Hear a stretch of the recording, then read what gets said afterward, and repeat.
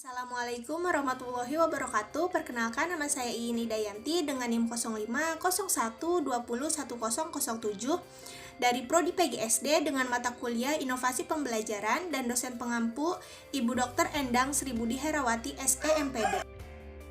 Di sini saya akan memaparkan materi mengenai teori belajar. Yang pertama, teori behavioristik, dan yang kedua, teori humanistik. Pengertian teori behavioristik. Yang pertama, teori behavioristik. Menurut teori behavioristik, belajar adalah suatu perubahan tingkah laku sebagai akibat dari adanya interaksi antara stimulus dan respon. Sedangkan menurut teori humanistik, proses belajar harus dimulai dan ditujukan untuk kepentingan memanusiakan manusia itu sendiri. Oleh sebab itu, teori belajar humanistik sifatnya lebih abstrak dan lebih mendekati bidang kajian filsafat, teori kepribadian, dan psikoterapi daripada bidang kajian psikologi belajar. Teori behavioristik menurut para tokoh. Yang pertama, menurut Edward Lee Thorndike pada tanggal 31 Agustus 1874 sampai 9 Agustus 1949 merupakan seorang psikolog berkebangsaan Amerika yang dikenal menghabiskan hampir seluruh karirnya di Columbia University. Karya yang diciptakannya dalam bidang psikologi perbandingan dan proses pembelajaran akhirnya berhasil membuahkan dasar ilmiah dan psikologi pendidikan modern. Thorndike memiliki pengertian dari teori belajar behavioristik yang dipahaminya sebagai proses interaksi antara stimulus dan respon.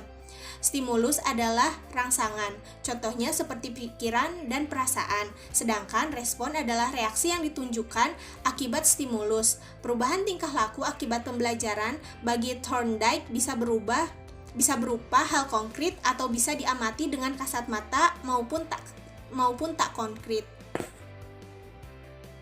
Pemahaman dari tokoh Thorndike akhirnya melahirkan beberapa dalil belajar, antara lain yang pertama hukum sebab akibat, hukum pembiasaan, hukum kesiapan, hukum reaksi bervariasi, hukum sikap, hukum aktivit sebelah, hukum respon, dan hukum perpindahan asosiasi.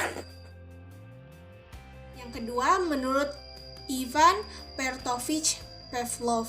Ivan Pavlov lebih dikenal dengan julukan Pavlov saja. Pada tanggal 14 September 1849 sampai 27 Februari 1936 merupakan fisiolog sekaligus dokter asal Rusia. Pavlov terkenal dalam pemahaman teori behavioristik karena percobaannya terhadap anjing. Hasil eksperimen Pavlov ini akhirnya melahirkan beberapa hukum pembelajaran, yaitu yang pertama hukum pembiasaan yang dituntut dan yang kedua hukum pemusnahan yang dituntut. Teori humanistik menurut para ahli. Yang pertama, menurut Arthur Combs. Arthur Combs adalah seorang pendidik sekaligus psikolog asal Ohio, Amerika Serikat. Beliau merupakan salah satu tokoh yang ikut berperan pada sejarah teori belajar humanistik. Combs berpendapat bahwa belajar merupakan kegiatan yang bisa dilakukan di mana saja dan menghasilkan sesuatu bagi dirinya. Pada kegiatan belajar, seseorang bahkan guru tidak boleh memaksakan sesuatu hal yang tidak disukai oleh individu yang bersangkutan. Yang kedua, menurut Abraham Maslow. Menurut Maslow, belajar merupakan serangkaian proses yang harus dilalui untuk mengaktualisasi dirinya. Pada kegiatan belajar, diharapkan seorang individu bisa memahami dirinya dengan baik. Yang ketiga, menurut Carl Rogers. Menurut Rogers, pada proses belajar dibutuhkan sikap saling menghargai dan tanpa prasangka antara individu yang sedang belajar dan pihak yang memberi pembelajaran.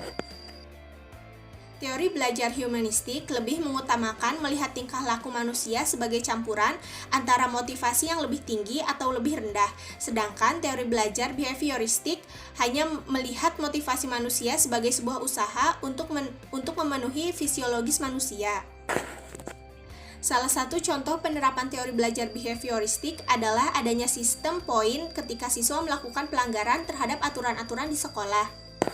Sedangkan penerapan teori belajar humanistik dalam pembelajaran yaitu yang pertama menerima peserta didik apa adanya, yang kedua kenali dan bina minat bakat peserta didik melalui penemuannya terhadap diri sendiri. Yang ketiga, usahakan sumber belajar yang mungkin dapat diperoleh peserta didik untuk dapat memilih dan menggunakannya. Yang keempat, gunakan pendekatan inquiry discovery. Terima kasih. Kurang lebihnya mohon maaf. Wassalamualaikum warahmatullahi wabarakatuh.